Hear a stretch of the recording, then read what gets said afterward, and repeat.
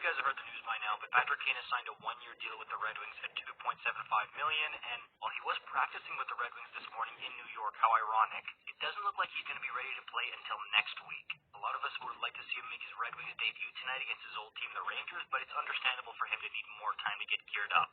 Also, within like a couple of hours of the Kane signing, it was announced that Daniel Sprong would happily give his number 88 to Patrick Kane, and he has switched to number 17 starting tonight. And for a team that's played some really good hockey this season on the backs of guys like Larkin, DeBrincat, and Seider, this reinforcement could help them big time, especially when you got teams like Toronto and Tampa nipping at your heels.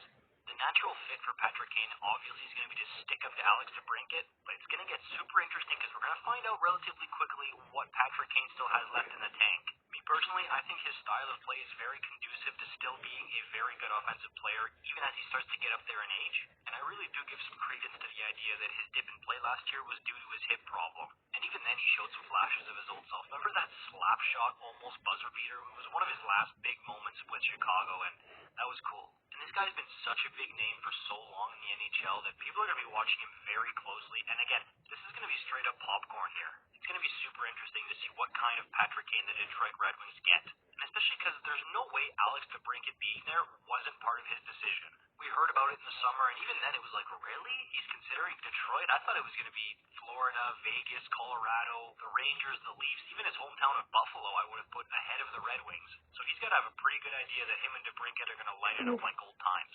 Or we're going to see the classic case of declining superstar drops further and further down the lineup, and the Patrick Kane revenge tour will slowly start to turn into the Patrick Kane farewell tour. But again, with the healthy hip, and unless he turned into Captain Hook while he was out, he's still got his hands, and he's still got his hockey IQ and playmaking ability that made him a first overall pick in the first place. I'm not saying he's going to be able to just become one of the best players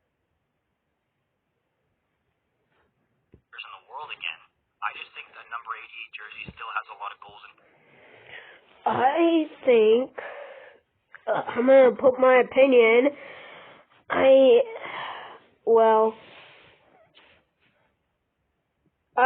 already have known about this. I've known about this for a while now. But the weird thing is, you don't really say, hey, you wouldn't say, like, say, 10 years ago,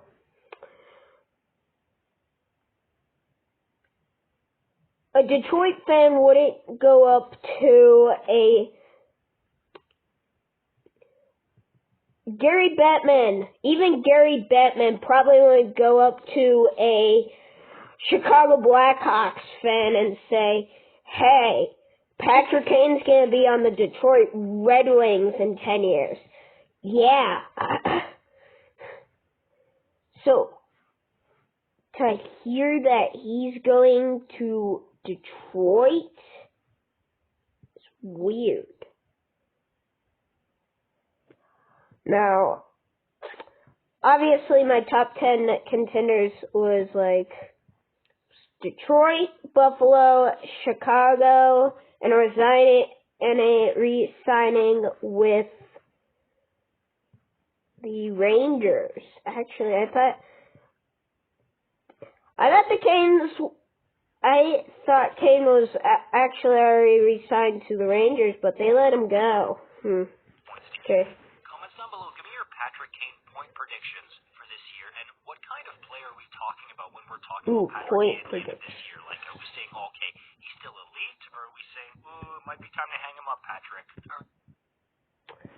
I'm going to say he gets 54 points this season with 21 goals and 28 assists. I'm going to say that.